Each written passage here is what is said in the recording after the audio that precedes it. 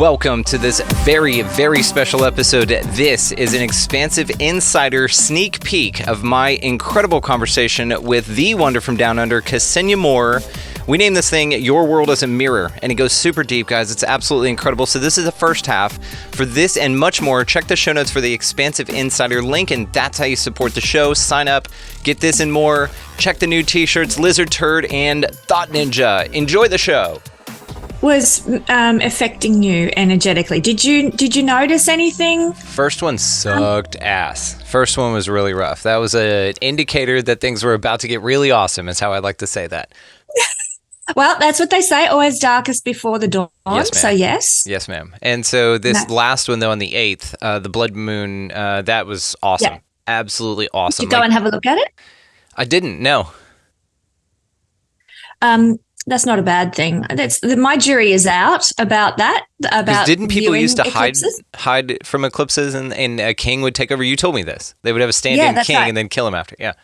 They did. And it wasn't considered auspicious to view an eclipse. But whether they were acting on superstition or whether there was something energetic about that, I can't really say. This was ancient Babylon where they used to do this. And of course, in ancient Babylon, they had all these activities like, looking at entrails and making divination forecast from, entrails and things like that. So we don't really do that these days, funnily enough. So I wonder if it was perhaps just a suspicion thing, but there's part of me that's like, I don't know, as above, so below, and, maybe there's something in it. So for me, it wasn't a big deal about not seeing it because we had cloud cover, so I couldn't see it anyway, even if I'd wanted to. Yeah. Actually, it's interesting because that sort of thing, the weather in your part of the world when a significant event like that occurs, will also, in ancient Babylon, it also tied into their forecasting. Oh, well, there was cloud over the eclipse, so we couldn't see it. So that means that the effects are going to be muted or something like that. And I'm not saying that's what their forecast was. I'm just pulling that one off the top of my head. But they used the conditions in your part of the world and the visibility and all that sort of thing to determine their forecasting. Was there a light breeze? Was there a heavy wind? Was there dew on the ground? Was there, and they looked at all that stuff. So it was pretty full on their the length of, or the depth of their interpretation. But I'm just looking at your chart now. And so it was at 16 degrees. Okay. So last time we talked, I think you said it wasn't going to be bad. Like it was going to be fine because the first one was rough, which I told you about, and that was rough. I released a lot, and that was great. Yeah. I needed it, obviously. Yeah. But this one is fine. That was great. Yeah. I feel wonderful. Good. So it's interesting. Are you feeling that as well? It's kind of just chill. This one's just chill. Yeah, a lot more. It was really manic, the first one, and it was so interesting for me. It was kind of odd, actually, from an astrological point of view, how it affected me. I got just a casual job at a boutique just because I need to get out and connect with people. And it was squaring my sun. And the sun for me, well, for everybody, the sun has connections to career, but it also, for me, is in the 6th house of daily work and what you do to pay the bills. So it was funny that there was this difficult angle to my sun that occurred, but it brought a blessing, I got a job, I felt compelled to apply for a job and I got it practically the next day. So that was really nice. Or I hope it will be nice. We'll see how we go. You should give me some tips. I've never done anything in sales before, apart from stuff on my website. I'll tell you, sales is so easy. These people have all these like hacks and tricks, and I know all those too. I just don't implement them. Sales is, for me, and this is why I was so successful as a salesman. What you see here is what would show up and say, "Hey, are you interested in checking this thing out?" And that's it. Yeah. I'm not pushy. I'm not I'm not salacious on the show, so I didn't also do this in sales. Like I've been basically the same person for a really long time. Like just hey, how you doing? Like just be you, Kesenya. Authentic. Yeah. How you can think about this too is there was a poll done, or I saw a video talking about a poll that was allegedly done that stated it was about content creators, and it said, it asked the audience, it said, hey, if we were to take the host away and post the exact same content, would you still watch this? And 90% said no. And the reason is because it's you're what they're into, and the fact that you're into something makes you way more appealing because you're passionate about that thing. And so it comes from like a cool place that's so attractive because it's so you. And what I think that we're moving into right now is this age of authenticity, this like desire for people just to see people being people. This is why TikTok is so damn successful, is because it's just people being people and being them authentic, their authentic selves rather. And so this is really what I feel about this time shift and all of these waves or whatever.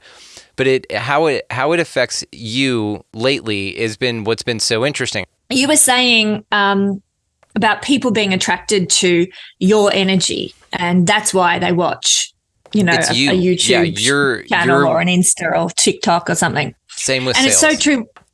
When I started, I don't know if you caught this before, cut out, but when I started doing a YouTube astrology, I was like, well, why would anyone want to watch me when every other astrologer is talking about the same energetic influences that are happening each week, because we're all interpreting the same thing.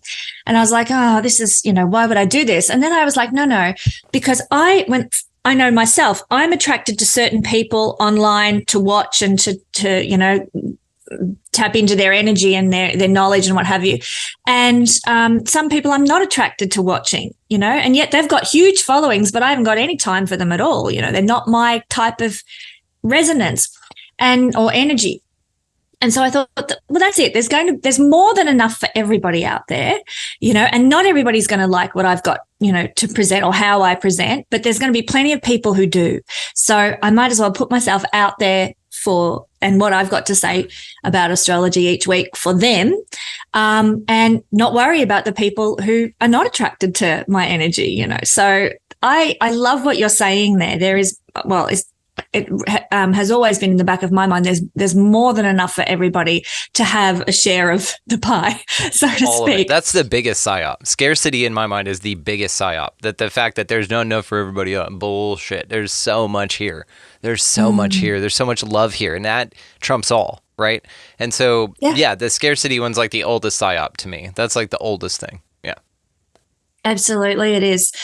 Yeah. And don't they love to push it as well? This sort of poverty, you've got to strive, you've got to step all over everybody else because, scramble. But I hate that. I really hate that approach to life, because it's not happiness. It's not joy. It's not fulfilling. It's not uplifting for anyone. It's actually creating more of this fear and energy on the planet that's just so detrimental. You've nailed it. That's why it exists, is because I really have looked at this, this energy. Every time I look at this energetically, as a place of energy, then it always funnels back to that point. Like you can kind of go, oh, okay, maybe, and kind of get lost in the narrative, but it's like, and energy. And so when I started looking at it, this like attention versus, just decision type of a thing, then like your attention's your currency here. So it's not your money, it's your attention. So that's like the real thing. It's just disguised in money and sex and all this other stuff, whatever. All it is like your minutes and moments and energy and expression of interest and curiosity. That's what they're after, or that's what the experience is there to facilitate your desire for. And so whatever you desire energetically is what manifests in your life, or what repeats, right? Or is what's a mirror to you. I think, it's just kind of the way I've been looking at it. And so if you look at it this way, then you say, okay, well, whenever I change or whatever, then that's when the expression changes outside of me. And that's when that narrative stops mirroring back to me. Audiences do this as well. So I'm so grateful that you pointed that out, because your audience is just a mirror to you, right? Like I'm a mirror to you, but they're a mirror to your curiosities, your fascinations, all the cool things, and, your childlike sense of wonder, but they're also a mirror to the shadow side of you that needs healing. All of those little parts of you that need healing is the dude that puts the shitty comment that, it's like, all right, always, man, I was going to say there's always one, but there's more than one, unfortunately. Honestly, I don't have that big of an issue. Maybe it's because, the videos aren't in getting the plays that yours are right now, and I'm fine with that. It's scaling at its own progression. I've got no attachment to what it does. It could go to 0 tomorrow and I'd still put the show out, is what I'm saying. So anyway, but you have a law of averages, right? And I've gotten a couple of unfortunate things. People express themselves in ways that I was just like, it was unnecessary. A conversation would be cool. cool. You know what I mean? And so that's still, though, a mirror to you, right? In this idea. And so that's what's attracted to you is parts of you that need to be healed. And I've got such a specific example of this. It's crazy. And they just keep coming. So it's an interesting thing to watch the world change. Give me a specific example. Well, you can't leave it hanging there. Oh, I was sure I talked about this. I've talked about it a lot, but probably not in a while at least. Okay, so so I had a guy on the show named Peter Champoux. His last name is spelled Champaux. Okay, and yeah, thanks. Right, and he's a sweetheart of a guy. No, he's amazing, like a sweetheart of a guy, but it's pronounced shampoo, and I'm just like, okay, you know what I mean? And it wasn't really covered in the pre-interview thing or whatever. So on the interview, I said his name, I pronounced it Champro or something like that. I added an R that wasn't even supposed to be in there and stuff, just because of like the row phonetic, the ROUX, usually because I'm right next door to Louisiana, is like a French thing, like a roux, kind of a thing. And I don't know, I just peppered that in, and you're like, it's a different thing when you're doing this. Like, people think that you're just on the phone with a friend. It's like, no, man, I've got notes, there's a flow going. I've got levels and shit that I'm watching. I want to make sure there's a lot to be subconsciously mindful in this that just takes practice of being very mindful of it to get it to where you could still focus on what you're doing and still do it. So there's a lot that goes into this. That just the unhealed parts of yourself. People don't realize, do they? Yeah, the unhealed parts of yourself on the internet don't realize, and so they comment about it, right? And I don't mind educating along the way with patience and love and grace and compassion, all that good shit. Anyway, you're so wonderful. Peter Champoux will be the change, right? Peter Champoux came on. I mispronounced his name a few times in the comment. And now here's another thing about me: I don't delete comments. Like, go nuts, because another reason is because I do look at it as another version of me that is unhealed or looking for attention or wasn't heard enough or couldn't be expressed. So who am I to go through and delete a comment when they're obviously reaching out for some sort of attention or something? Now, what I'm doing is I'm giving them the place to do it. I'm not going to delete your damn comment. So do whatever you want. Now, I've put that out on the air so people could go fill in whatever the hell they want on that. Now, if enough of them come in, that bumps the algorithm, and it's funny to them because now y'all have just made me go viral because you hated the shit. And that's fine. But what's interesting about it is I really look at it like I'm not going to take away this person's voice. Because I don't necessarily care for it, right? Even it's my platform and I have control over it, and I don't disagree with that, right? But nobody spewed any absolute like hate or anything where I've had to really look at that as a benchmark and say, okay, there's a boundary, right? That obviously I have. If somebody's like just being ridiculous and any of the things that are very clear, but not things I find uncomfortable, you know what I mean? Just because they're personal or egoic, right? His comment was something about, and again, it's still up here. It's on YouTube. Do you want to find it? Actually, let's just see if we can find it here while we're here. Yeah. I was going to say, while you're looking for it, that is just so gracious of you to have that perspective on it. I mean, my perspective as a YouTuber I've always prayed every morning that the people who can receive my energy will be attracted to me or find me, because I want the people who value what I've got to give. Yes. I'm not interested in attracting people who just want to hate on me or people who are anti-astrology who want to have their little rant or whatever. So I don't pray or meditate on the idea of just, I want 20,000 subscribers or I want, to be, the next Joe Rogan or anything. And that's not what I'm all about. What I'm about is bringing in the people who can be blessed by what I've got to give. Exactly. So, I probably have a bit of a different approach, and I don't think either is right or wrong. I love the graciousness of how you're approaching your channel that way. But for me, I'm a Pisces rising. I'm overly sensitive about everything. Got you. I don't know, Leo sun, maybe my ego gets involved too, but I can't. If somebody is, like they're religious and they're anti-astrology, I'm going to delete that comment because I value my community. I want to protect my community from vigilantes and I want to protect my own energy and keep my YouTube space for people who are there for the authenticity of the experience. Like, they want my energy. And so that's why they're there. And anyone who's not, well, why did you need to comment? Why leave your hate? I don't want an energy of hate on my channel. So take your hate somewhere else, Yeah, that's my perspective on it. It's nowhere near as gracious as yours, No, but it's probably coming from my overly sensitive Pisces rising. And I think both are valid because this is where I get excited about astrology, because you're wired the way you are to express your energy in the world the way you do. And that is A-okay and fine and beautiful and gracious. And I, because of my astro wiring, I'm wired to go, I can't handle this. And you know what, Brandon? Sorry, I've gone off on a tangent. No, but please. What I get really excited about when I see that I have put boundaries in place is Pisces people are not very good at putting boundaries in place, and they let others walk all over them and, beat the shit out of them their whole life long. And so for me to have gone, not taking it, not going to have that hate on my channel, that's me doing a really good thing as a Pisces rising person by putting a boundary in place where usually we're not very good at that sort of thing. So yeah, we're all wired differently, and there is a reason for that. And again, like we were saying, we're all putting our energy out there for people in its different formats.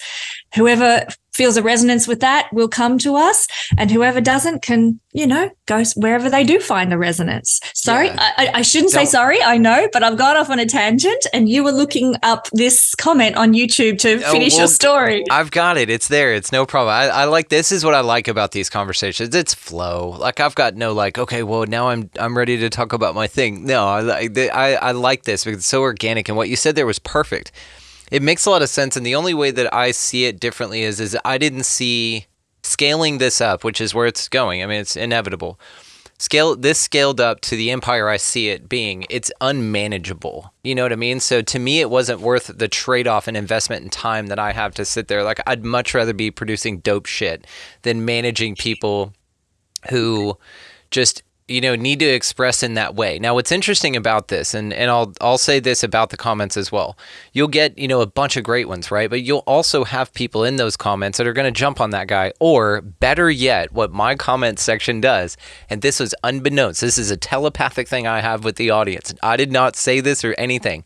They'll leave it. Nobody likes it because we all go in and like each other's stuff, and we like the engagement and all that. There's some things, Bible verses and stuff, that are pretty interesting that get a little preachy to me, and that's fine. Like, go for it. People who advertise mushrooms or something like that, I'm like, no, advertise like OnlyFans and stuff. No. But what's interesting about it is they won't give it any attention, which is my desire, right? And so what you do is that how I view this, mentally how I view this is you're in a room, and this is your comment section on a video, for instance. And then we do this how many times a year, release these opportunities for these spaces to be created for people to talk about it. How I view somebody like that is walking into a room and just going like, you all fucking suck. And everybody exactly. Just kind of, just going, huh.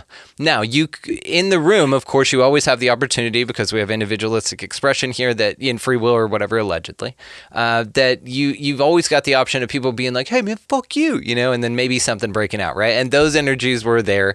What I like about it is my room just doesn't even look over. It doesn't acknowledge it. There's no likes, there's no dislikes, there's no people talking shit, there's no somebody dogging him, there's no standing up for me, because I don't invite the need to be stood up for. You know what I mean? Like, I got this. Let me just do it. So you guys got this. But it's like, again, all of that was articulated just in my observation of it. I didn't ask anybody to do that. They just did it. So, but what you said, like I said, I don't disagree with that. It's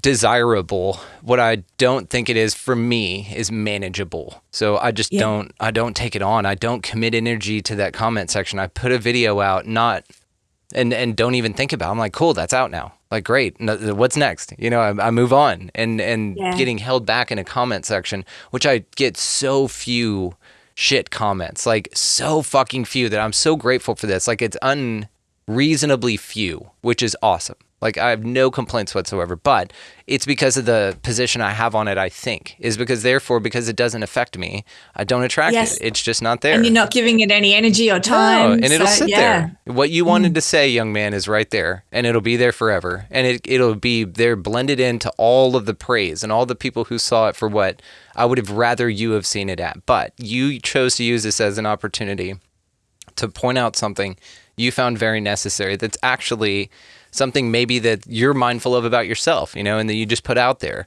And maybe you phrase it in a way that's not attractive to a populace, but perhaps you don't know how to phrase it any better. Or maybe you're frustrated. Maybe you had a bad day. Maybe you hadn't gotten banged in a while. You know what I mean? Like, you never know what people are going through. Well, I'm not putting bad comments on people's page. Surely they can manage to contain themselves. Oh my God, that's great.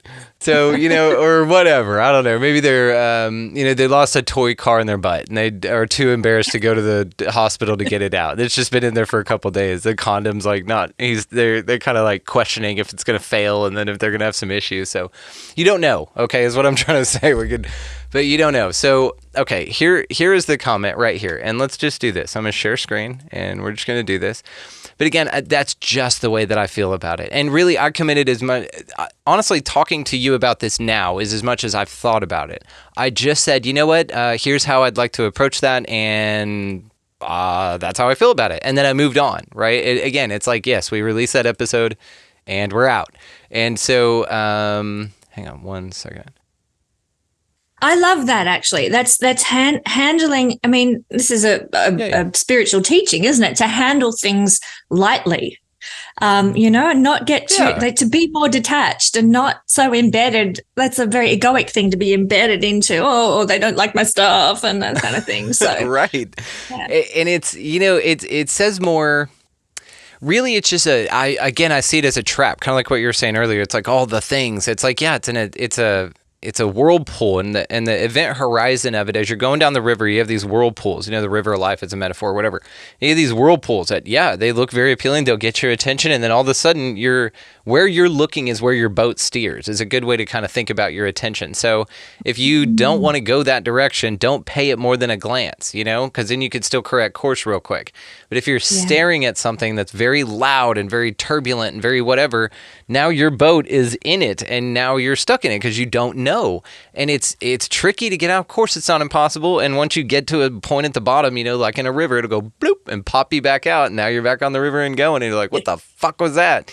And, the whirlpools appear as different things down the line. They're not whirlpools, that's how they behave, but they're not like viewed that way, right? They're shape-shifting opportunities and options and whatever. And none of it's wrong. It's just that's what that experience offers. You know what I mean? So like to look at it like that has just fucking changed everything to me. Again, it's this funnel of like attention, and all of it comes down to you. And it's just the way that you see the world. Okay. So again, here's how you spell his name, by the way. Can you see my screen? Okay, so Peter Champoux, amazing dude, by the way. I love this man. He wrote a book, a couple of them actually. The guy in Matrix, this handsome silver fox right here, and he talks about geomancy and all sorts of stuff. So I called him Champoux maybe twice. Okay, the wrong name. I did say it once right, I think. I don't know. Okay, here's the thing in question. I didn't mean to put the name up there. I'm not doing this to call this gentleman out, but as we're talking about it here, anybody listening and watching could have pulled this up on their own because it's there. This was back 10 months ago, by the way. So you can see right here, there she is. And nobody's liked it. Nobody's disliked it either. So here we go. Okay, so Peter Slavin thought, I think pronouncing a guest name incorrectly over and over large... What? Oh, what'd you say? I just missed what you said. Oh, I just groaned because it's okay. It's okay. I'll show you why it's okay in a minute because you're only catching the first part. This is also why I brought this up. This is one of the coolest examples of like mirror to yourself. Number two, and before I continue on with the thing, I knew I mispronounced the dude's name wrong, okay, incorrectly. Now, I didn't discover this until the edit process, and then I was like, oh my God, you fucking guy. And I was really hard on myself, and I felt very bad about it, because you've been a guest, you're a guest now. My biggest thing is making the guest feel like it's the best damn experience they've ever had and want to come back on, because then the audience will love it, you and I get into it. So I'm very guest forward. I want the guest to be king and queen and roll. You're brilliant at that. Thank you. Well, it's on purpose, and because I love you. I'm like, dude, you're spending your time to talk to me, and you're amazing. So of course I want to make Anyhow, so I was already really in my head about it, and this is right when the mirror concept of the universe got introduced to me about 10 months ago, like that the universe is a mirror to you, just reflecting back to you, right? And so I was already kind of like, how's that work, and conceptualizing it and all that. And so it was already on the mind. Not only that, when I released the episode, I sent Peter Champoux the links and stuff like that, because I just do that. Hey, thanks for coming on. Here's the links. Here's the image if you'd like to repost, whatever. And in there I said, dude, I apologize. I mispronounced your name wrong a few times. And I just sincerely wanted to say I did not do it out of malice. I was very apologetic. I was just in the moment, excited to talk to you. All of these things, right? Just poured my heart out. Send. He thanked me in this amazing email. He said, don't worry about it. He goes, my name is spelt weird and is not really phonetic in the English language. So this is also why I kind of, there's no excuse for pronouncing a guest name wrong, right? But the other thing, to be fair, by the way, I'd listen to other interviewers interview this guy. All of them pronounce it differently. So I had no real context, okay? So, and I was very mindful of this because I'm like, how the fuck?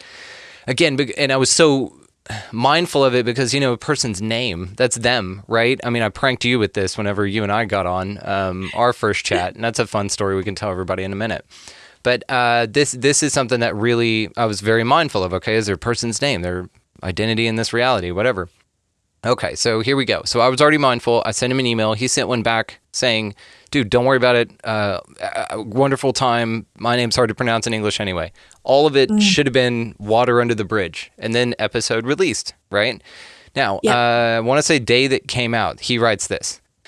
I think pronouncing a guest name incorrectly over and over largely negates the laid-on thick flattery. You do an author no favors if listeners are not knowing his name. Okay. You do an author no favors if listeners are left not knowing his name. It's not as if it's difficult for an American to pronounce correctly. Just say shampoo. Now, does this shampoo word? I get that that's how it's pronounced, but I was not getting that from this. Okay, and that's the only defense I will get on myself, and the only time I feel like, okay, yes, absolutely. And it said you'll be close enough. So shampoo isn't even correct. I'll be close enough if I say it that way.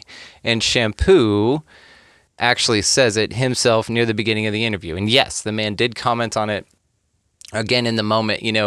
For someone to pick up out of a conversation, it's like Monday morning quarterbacking. Have you ever heard of that? No. So Monday morning quarterbacking has to do with the idea that these guys sit around on Sunday, okay, and watch football, right? And then when their, non-athletic body is sitting there yelling at the TV about what the player should have done, right? Okay, well, that's Monday morning quarterbacking. Man, that quarterback should have just thrown him a M30, like 30 yards down the line. You just button hook real quick, man. He had this guy running back in the back. And yes, you can see it from a vantage point. That man couldn't. You weren't under the same conditions that man was. You didn't just play an entire game and this last thing and the pressure. And again, you don't know if that dude had a toy car in his butt that he was too embarrassed to go see the hospital about playing that game. Or he hadn't been laid in a while. You don't know. And so again, this is kind of this idea of like catching that the author, that yes, Peter Champoux did say it at the beginning of the interview, but I didn't catch it, and then therefore repeated exactly like he said it throughout the interview was the point he was making, okay? So I have, thought a lot about this, and what's so interesting about this is that all the, wonderful comments that everybody had, amazing interview, an incredible guy. He sent me his books. He's a sweetheart of a dude. I've got to get him back on. He's a fascinating researcher. You would love him. Geomancy. It's about like ley lines and stuff like that. So out of all of that, and then this, so I thought a lot about it. I've gotten 0 comments like it since, and it was so specific, which is what really keyed this up in my own mind. Like it needed to be this specific for the universe to go, hey, pay attention to this now because this is a real thing. The mechanism, right? The mirror to you. It's something I thought about. I emailed the guy about it. He'd already said, don't worry about it. And then the episode came out. But even after the episode was released, I'm sitting here thinking people are listening to me mispronounce this author's name. And it was on my mind. And then I get the comment. That's the reason it happened. I don't think it happened because this individual was really pissed off about it. I think it happened because I was thinking about it and created it. Because it was the only thing on my mind. Okay. So now. But then how does that explain his rudeness? Because you and I are both Librans, and I can say, like, to me, this comment is not just addressing the, oh, hey, dude, you mispronounced his name wrong. It should have been shampoo, just letting you know. It wasn't polite, friendly, supportive like that. It was a full-on attack. And that line there that says, overly largely negates the laid-on thick flattery. I mean, that has nothing to do with pronunciation, and it's an attack, a personal attack against you. So I'm sure, like, you would not have generated that energy coming out But this dude chose to go really low vibrational with that. And to me, that's shit. I wouldn't tolerate it. I know, darling. And I feel this. I love your mama, lioness, goddess, warrior goddess energy, because I feel this and you care for me and I appreciate this. And, I understand where you're coming from with this. And so this is why when I talked about it, I was phrasing it to say that this is the way this person feels. Like it's maybe got nothing to do with me. Maybe he just heard it. It was like, oh, and all those other podcasts were late that day, and he was stuck listening to mine or something. I don't know. You don't know, right? And so, but the way that I received it it wasn't about what was said. It was about the thing as a whole. It's as if like, think of them like colored boxes, right? If just two colors, awesome and not favorable, okay? Like I didn't take this as an attack. It's just not preferable, okay? This is just the way this man feels, and that's fine. I have no ego in this. That's fine. If this is the way you interpret the way that I do things, then I need to take this as seriously as I do the brilliant comment and the, all these other very interesting people. What a fascinating. We'll definitely be checking out Mr. Champoux' work. Very interesting guest. Amazing comment that it goes further on the material.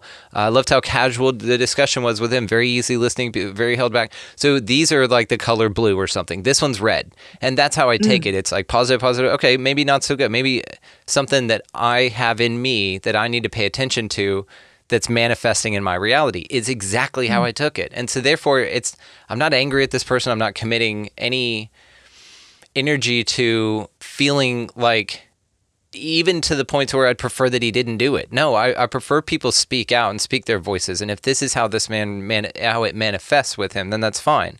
It got no attention, meaning that if you would like a conversation, I'd love to have one. Or if you want some positive interaction, we can do that. But it's got to come at a certain energy level. And this did not do that. And obviously it did that because no one engaged in it. You got no attention.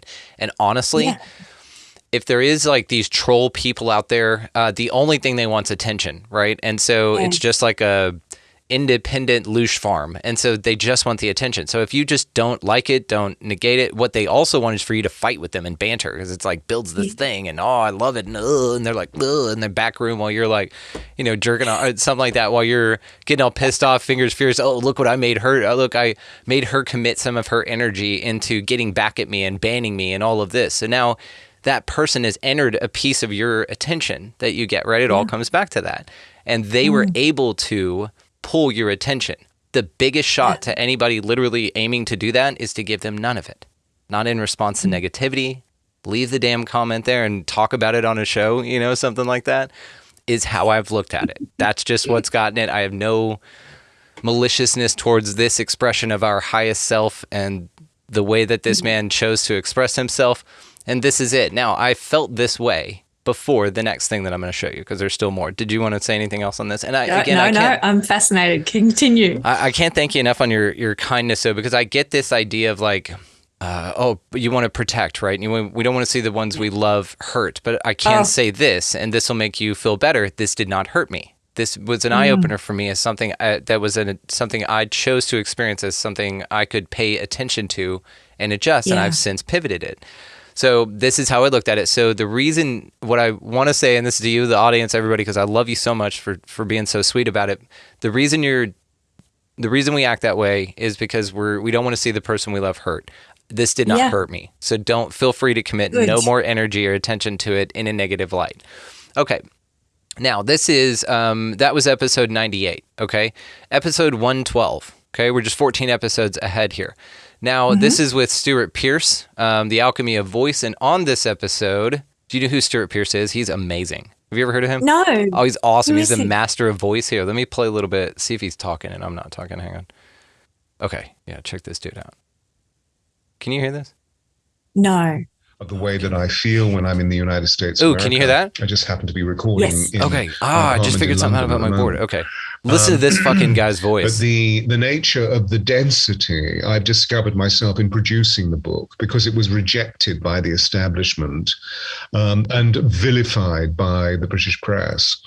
He sounds like an announcer on the BBC. Oh, isn't he great? He's he's called the master of voice. Because he like taught Shakespeare. He hung out with Princess Diana the last 2 years of her life. He was like good friends with her or whatever, wrote a best-selling book about her.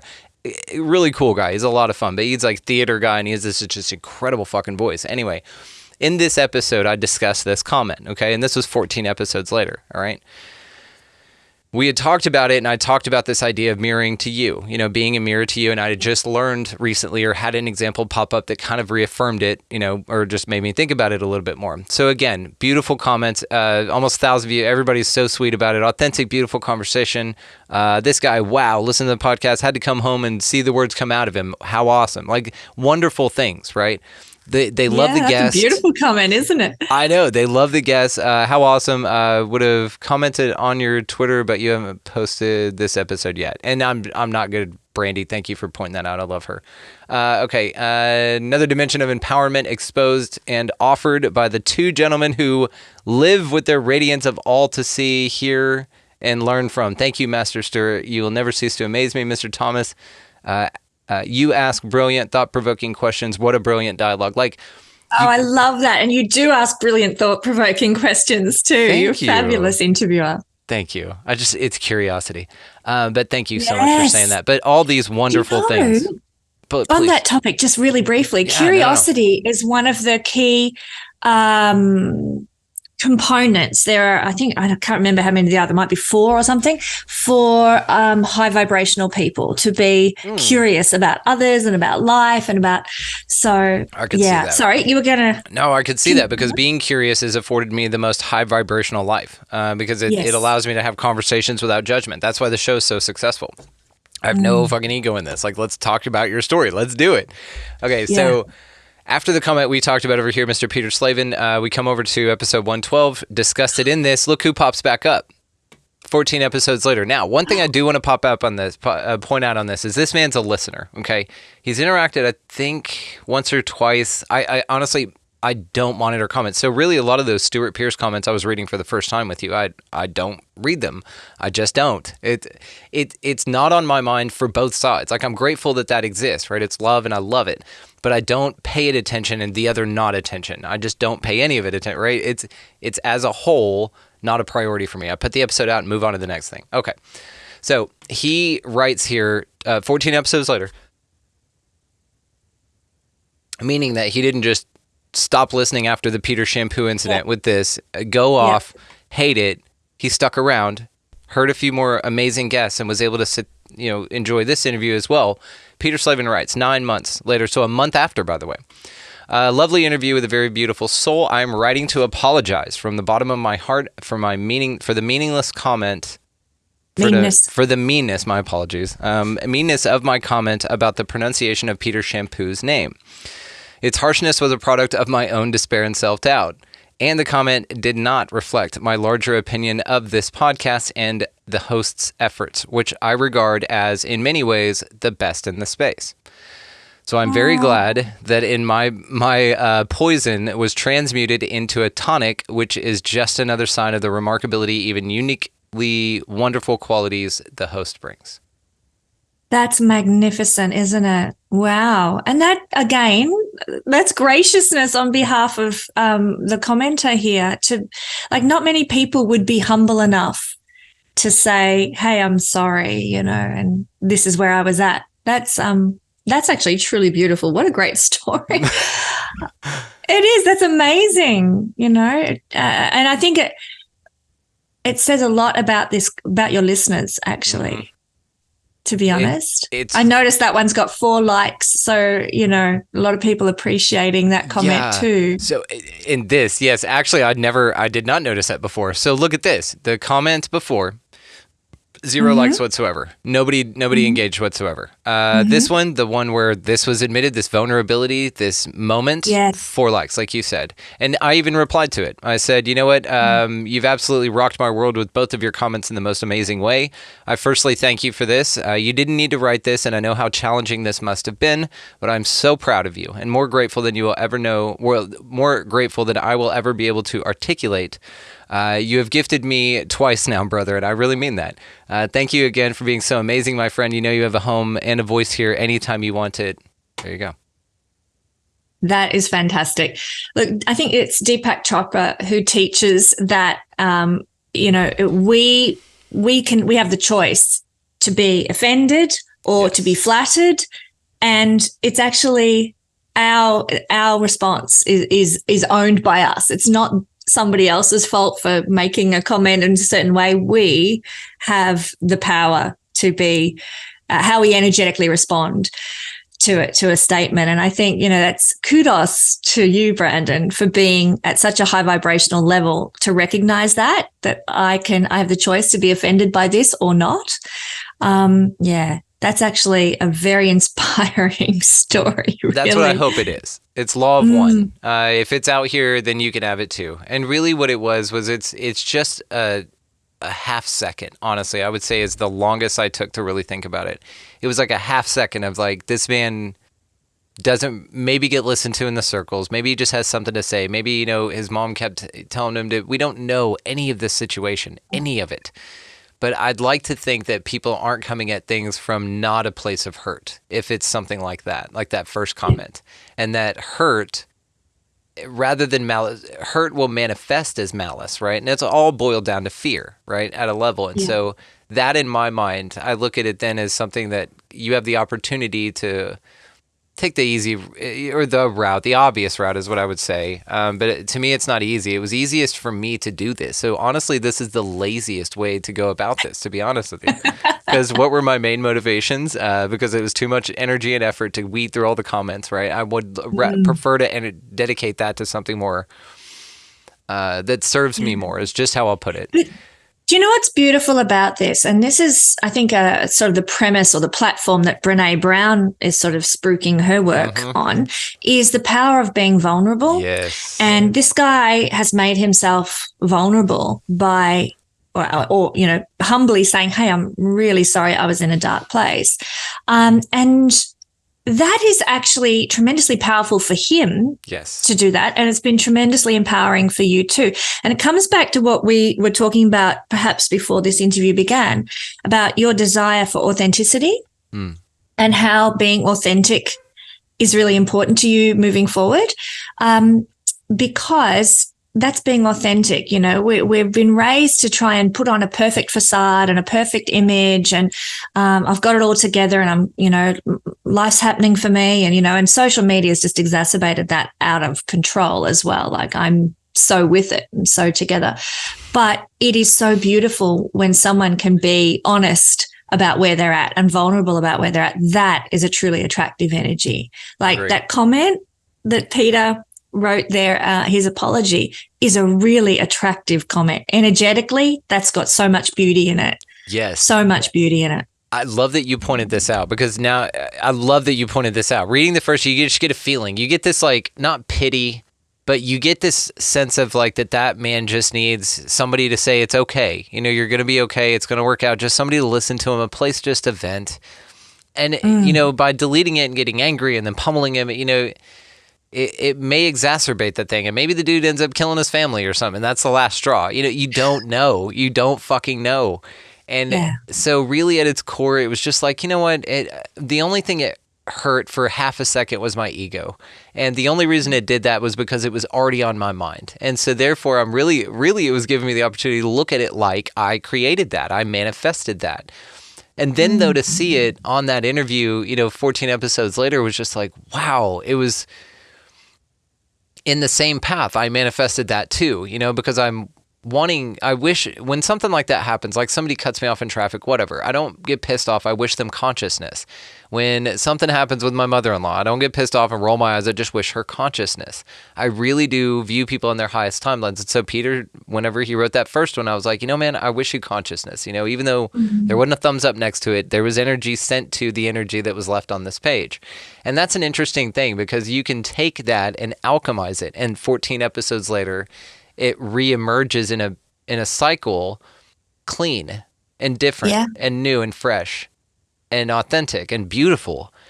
And so you did give him consciousness. Like, he became aware, hang on, I was out of line there. So, and then he came at it with different energy, and look at the response, the likes. The greater consciousness. And I hope people hear this and go find his episode. It's on episode 112 is the comment 90. In fact, I'll link them both in the show notes. I'll just link both of these episodes so you can find it directly. I'm not going to screenshot that shit or anything for now. This may be like a TED Talk later.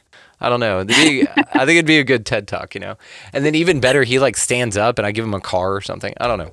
Maybe a jetpack. Go Oprah. Yeah, maybe a jetpack. He can fly in with a jetpack and be like, yeah, all right, see you. Awesome. I would love it. I love this topic of authenticity though. And I just like next year, astrologically, Pluto is going to move into the sign of Aquarius for the first time since the French Revolution, basically, and the American Revolution. And I might have talked about this with you on other episodes, but when is it? I think like March is the first. Okay.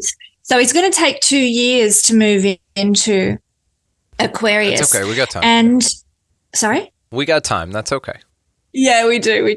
But I'm curious because you and I are both curious people, but I'm looking forward to it as well because Aquarius as an energy is a fascinating energy in astrology, but it is very tied to uniqueness and authenticity. It's co-ruled by 2 planets, Uranus and Saturn.